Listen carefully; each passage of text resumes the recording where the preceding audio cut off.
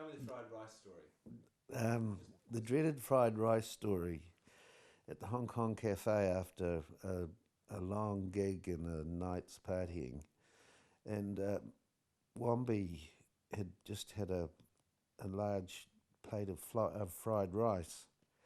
And as we were sitting there eating our meal, he suddenly regurgitated the fried rice back into the plate and then lay back in his chair and passed out. And and we thought, oh my heavenly days. But we finished our meals and said, Wombi, Wombi, wake up, come on, we're out of here. And Wombi woke up and saw the plate in front of him full and grabbed his fork and immediately started to re-eat his dinner. And we had to say, Wombi, whoa boy, that's second-hand food. And dear old Wombi didn't want to waste it, but it went down in history as that was why us guys in the third chapter thought, man, these guys are off the planet. Okay. Do you remember the Antarctic Angels? They used to come up to Dunedin, didn't they? Often Yeah, for unnamed blues night. yeah, Tell yeah. me what you remember of the Antarctic Angels. Who were they, and what you thought of them?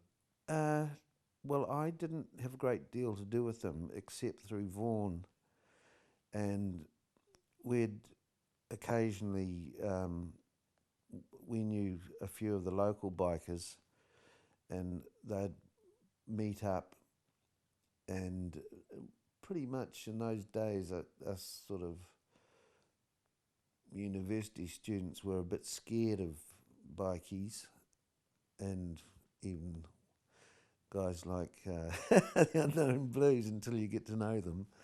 But once once the sort of Vaughan had given the okay and that sort of thing, everything was good. But I never really got to know them well, except they were most impressive, and we loved the idea that we had Antarctic Angels. That I mean, it was unusual to have a bikie gang further south than Dunedin. Who would have thought it?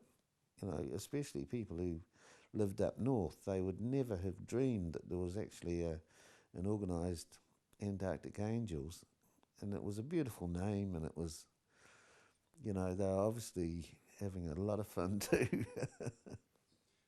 I just need to get you to make this point because I think I've forgotten to have someone else make it really. But the swastikas and the iron crosses and all this Yeah, Nazi paraphernalia.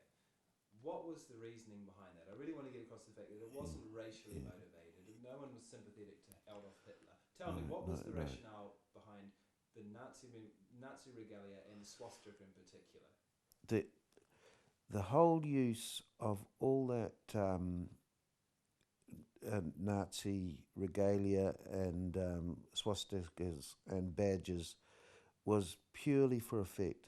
Um, Most of the guys would hardly even know anything about the history. Oh well, shouldn't say that, but the history of the war would not have come anywhere near it. It was because it looked cool, and it caused people. This was sort of, I mean, the war had only been over sort of so many years, and of course, some people were outraged, and the Unknown Blues loved outraging people, but they didn't do it for any Nazi purpose or anything like that. It was totally innocuous. It was done because of uh, it. It looked impressive, and they knew people reacted to it. And I recall one night, Vaughan put a swastika on my forehead. I didn't realise it. And I was in the cafe, we were having our after gig dinner, and a guy came up to me and said, take that thing off your forehead or we'll kill you. And I'd forgotten all about this, that they'd drawn a ballpoint thing on my head, and I didn't realise. So I said, oh, sorry, mate. Yeah, yeah. And I just rubbed it off. But it just shows how reactive at that time the population was to anything that rang of the Nazi regime, and the boys knew it probably, and they had no political incentives at all. It was purely for effect. Great, thank you. Now, that's pretty punk rock behaviour. That's pretty punk behaviour. I mean, I think it's pretty obvious. The Unknown Blues sort of fit into the forerunners of punks. And I get you to make that point. Perhaps New Zealand's first real punk band. Yeah, when it comes to punk, they were punk personified. They were there to outrage and cause a reaction in the audience, without a doubt. And they did. They delivered, as I say, the Pretty Things were the sort of the Stones were relatively sort of naughty, but the Pretty Things were sort of the outrageous guys. So they were playing their most outrageous music. They had the most outrageously long hair, and they wore the most outrageous regalia, which they didn't realise at the time, I'd guess, was offensive to a lot of people.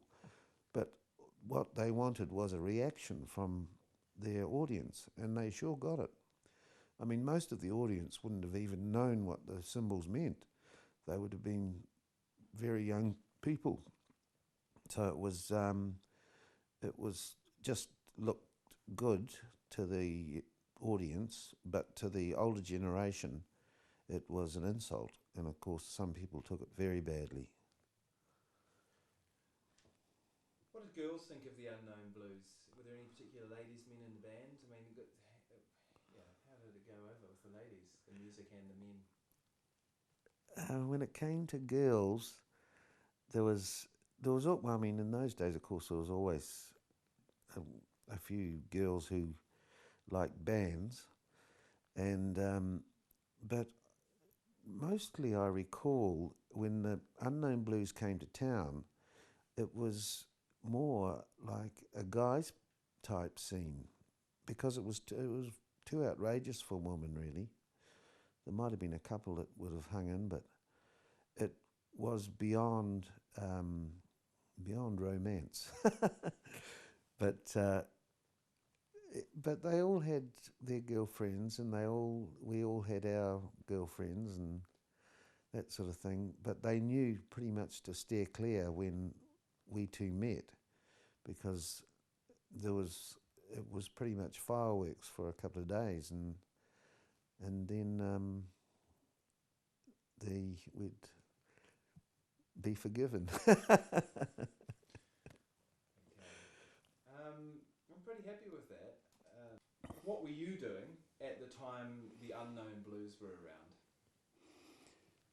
We'd open If you could start by saying, well, at the time of the Unknown Blues, oh yeah, yeah. Well, at the time of the Unknown Blues, we were forming a band, the Third Chapter, and it was good, but it was based around Pretty Things mainly. And so we opened a club, which was a Cellar Club. We rented a cellar, painted it black, and filled it full of old Beatles paintings, and built a stage and put a PA in, and away we went. And it was great. Okay. But sorry, what were you going to say? yeah, well, I was at the way that we met the Pretty Things. Oh no, I'm sorry. The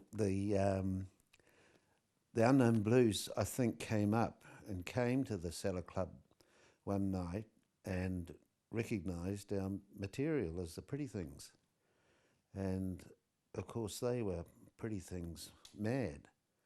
They even looked like the Pretty Things, and so of course we had a few beers, and from then on we sort of communicated and organised for the blues to come up and do a night in the Cellar Club. Okay, before we go on, talk a bit more about the respective bands. Let's just talk about the Pretty Things a little bit. Tell me, describe the impact that the Pretty Thing. Try and work my question into your answer. Describe the impact that the Pretty Things had on New Zealand society and on budding musicians in this country in 1965. Yeah. At around that stage, there were the Beatles were playing Herman's Hermits. There was all this sort of mediocre. The Beatles were great, of course, but there was a lot of pop, and then there was the Stones, and the Stones were great, and we thought the Stones were great, but then the Pretty Things came along, and they out-stoned the Stones, and so all of us guys who were young and crazy just thought, well, that's for us. We'll do Pretty Things stuff. And also it was simple, good. It had a lot of harp in it.